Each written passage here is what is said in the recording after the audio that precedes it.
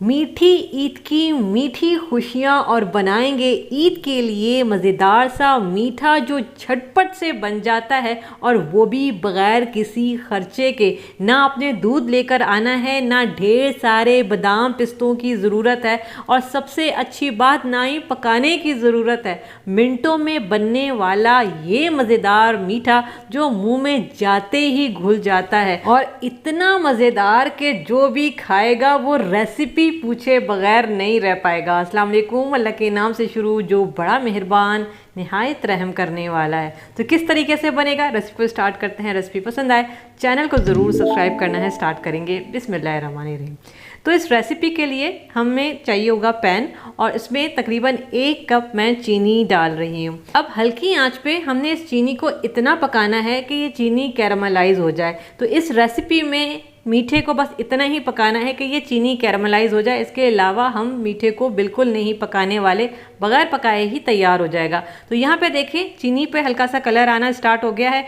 थोड़े से अभी भी चीनी के दाने हैं, इसको हम घुल जाने देंगे और ये तकरीबन जो है 20 से 30 सेकंड में ये चीनी इस शक्ल में आ जाएगी। बस आपने गैस पे इतनी ही मेहनत करनी है। जब चीनी ये इस तरह की हो जाएगी तो बस फिर चूल्हा बिल्कुल आप हल्का कर दें, दम वाली आंच पे ले जाएं और उसके बाद हम इसमें डाल देंगे आधा कप मेरे पास ताज़ा दूध की निकली हुई मलाई है।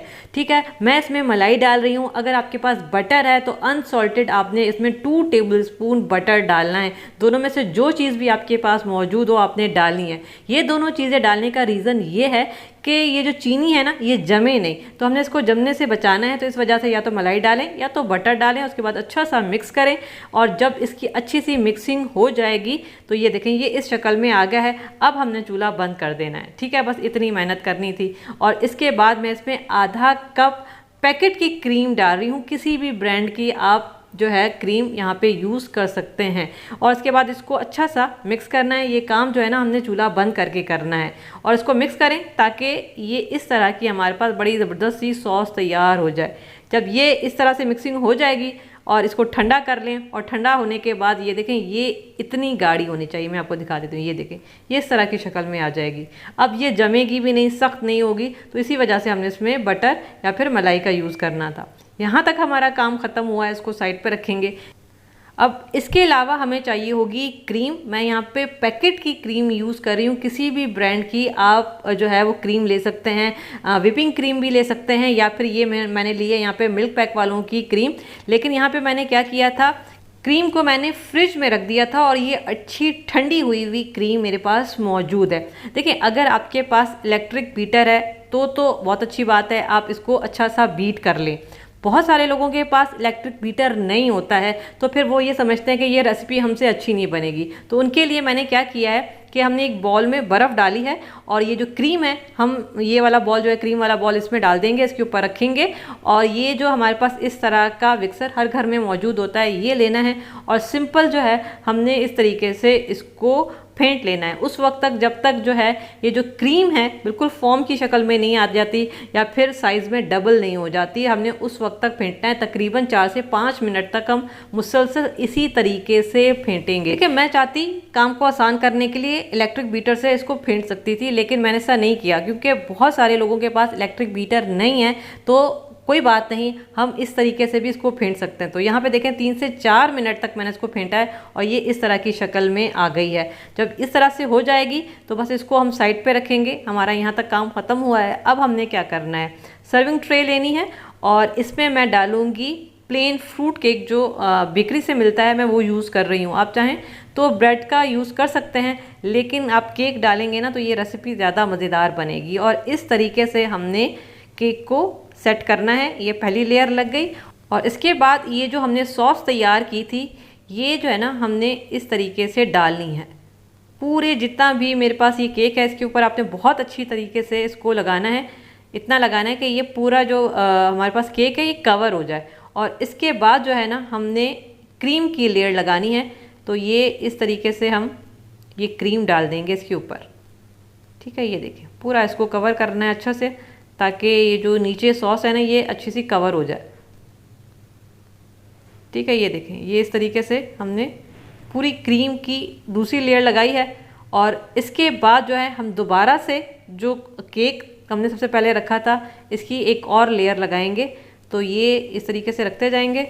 जैसे हमने सबसे पहले केक की लेयर सेट की थी बिल्कुल उसी तरीके से हम इसको सेट करेंगे। ये देखें, ये इस तरीके से हमने सेट कर लिया है। उसके बाद दोबारा से फिर वही चीज़ रिपीट होगी कि ये जो हमने सॉस तैयार की थी ये हम इसके ऊपर इस तरीके से लगा देंगे। ये देखें, इसको पूरा हमने लगाना है, ये केक अच्छी तरीके से कवर हो जाए। और इसके बाद फिर से हमने ये जो क्रीम की लेयर लगानी है। तो 2 लेयर में ये हमारा मीठा तैयार हो रहा है और लेयर बाय लेयर सारी चीज़ें आएंगी ना, तो ये दिखने में भी मज़ेदार लगेगा और खाने में भी आपको बहुत मज़ेदार लगेगा। तो क्रीम मैंने पूरे इस पे लगा लिया। उसके बाद चम्मच की मदद से आप बहुत अच्छे से ना इसको फैला लें। ये देखें, ये इस तरीके से चम्मच की मदद से फैला लें। और आखिर में थोड़ी सी हम इसकी सजावट करेंगे। मैंने थोड़ी सी ये जो सॉस है ये बचाई थी, तो ये इस तरह से डालेंगे। सजावट वैसे आप अपने हिसाब से कर सकते हैं, मैं इसको इस तरीके से रखूँगी। ये देखें, ठीक है। और ये मेरे पास टूथपिक है, तो इससे ये हल्का सा ये डिज़ाइन बना लेंगे ताकि ये जब मेहमानों के सामने या फिर घर वालों के सामने रखें तो वो पहले तो इसको देख के तारीफ़ें करें और उसके बाद खाने के बाद तो आपकी वैसे ही तारीफ़ें होने वाली हैं इंशाल्लाह। तो ये देखिए, बस इस तरीके से जैसे चाहें आप इसके ऊपर डिज़ाइन बना सकते हैं।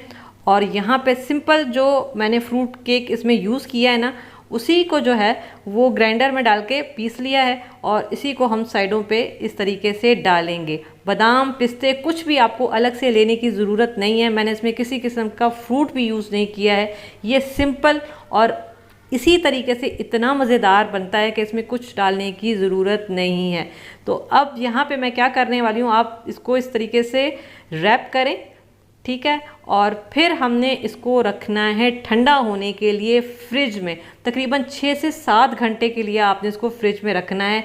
चाहे तो आप रात को इसको बना के रखें, चांद रात को, और फिर सुबह में आप सर्व करेंगे तो ये बेहतरीन सेट हो चुका होगा। तो मैंने भी यही किया है, रात को बनाया था और सुबह देखें ये बेहतरीन सेट हो चुका है। ये देखें जी, ये जी मज़ेदार हमारा ईद के लिए मीठा तैयार है। मीठा एक ऐसी चीज़ है जिस पे ठीक ठाक खर्चा हो जाता है। दूध, बादाम, पिस्ते, बहुत सारी चीज़ें यूज़ होती हैं, फिर जाके एक मीठे की शक्ल निकलती है। लेकिन आप कम खर्च में इस तरह का मज़ेदार मीठा जो मुंह में जाते ही घुल जाता है, बच्चों से लेकर बड़े जो भी खाएगा ना वो आपकी तारीफ़ किए बगैर नहीं रह पाएगा। और बच्चों की माएँ तो आपसे रेसिपी पूछे बगैर नहीं रह पाएंगी। तो ये देखें कितनी सारी लेयर में ये मज़ेदार मीठा हमारा तैयार हुआ है। ये देखें जी, इसको आप जितनी देर फ्रिज में रखेंगे ना उतना ही ज़बरदस्त ये सेट होगा, क्योंकि अभी अब हल्की हल्की गर्मियाँ आना स्टार्ट हो गई हैं। तो आप इसको फ्रिज में रखें और अच्छा ठंडा होने दें।